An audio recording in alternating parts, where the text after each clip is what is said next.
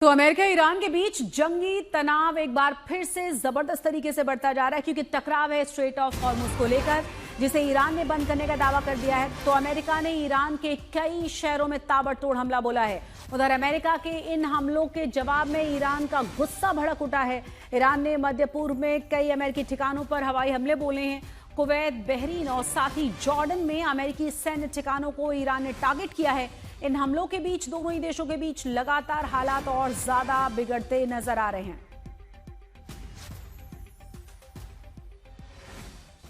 तो अमेरिका ने देर रात इस हफ्ते की तीसरी बार ईरान पर एयर स्ट्राइक की थी, जो अमेरिका की तरफ से साफ किया गया था। और आपको बता दें कि अमेरिकी सेंट्रल कमांड के मुताबिक न्यूक्लियर सिटी बुशेहर समेत कई और जगहों पर जबरदस्त तरीके से सैन्य ठिकानों को अमेरिका ने निशाना बनाया था।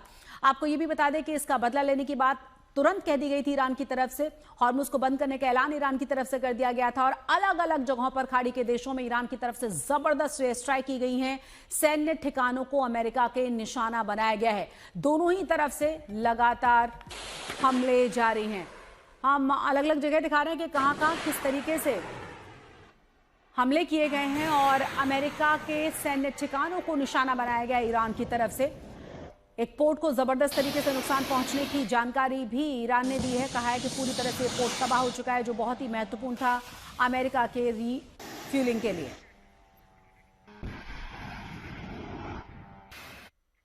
तो अमेरिका ने इस हफ्ते तीसरी बार ईरान पर हमला बोला है, लेकिन इस बार अमेरिका के हमले बड़े ज्यादा भीषण हैं। अमेरिकी सेंट्रल कमांड का दावा यह है कि ईरान में करीब 140 सैन्य ठिकानों को टारगेट किया गया, जिसमें ईरानी मिसाइल और ड्रोन अड्डे, नौसैनिक क्षमताओं से जुड़े हुए ठिकाने, गोला बारूद भंडारण केंद्र, संचार नेटवर्क और तटीय निगरानी केंद्र भी शामिल हैं। तो 140 से ज्यादा अलग अलग जगहों पर जबरदस्त हमले किए गए हैं अमेरिका की तरफ से, जिसमें कई जगहों पर जबरदस्त धमाकों की आवाजें सुनी गई हैं।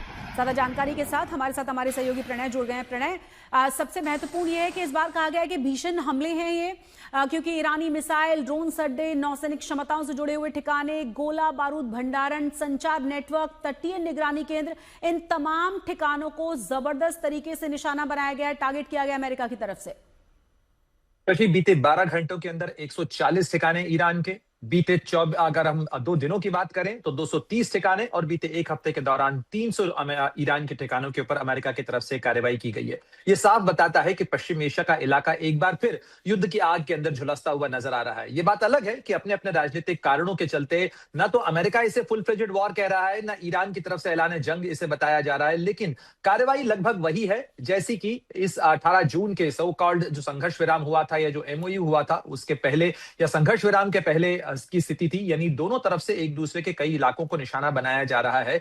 ईरान की तरफ से पलटवार करते हुए 2 कार्रवाई की गई है। पहली ये कि कुवैत में, बहरीन में, कतर में और संयुक्त अरब अमीरात के में अमेरिका के जो ठिकाने हैं उन पर लगभग वैसा ही वार किया जा रहा है जैसा कि 40 दिन के युद्ध के दौरान हमें तस्वीरें देखने को मिली थी। और उसके बाद ईरान की तरफ से यह भी ऐलान कर दिया गया है कि एक तरफा डील्स का वक्त अब खत्म हो चुका है, स्ट्रेट ऑफ हॉर्मुज को हम क्लोज कर रहे हैं। आप यहां ये देखें कि आखिर ये हालात क्यों बन रहे हैं।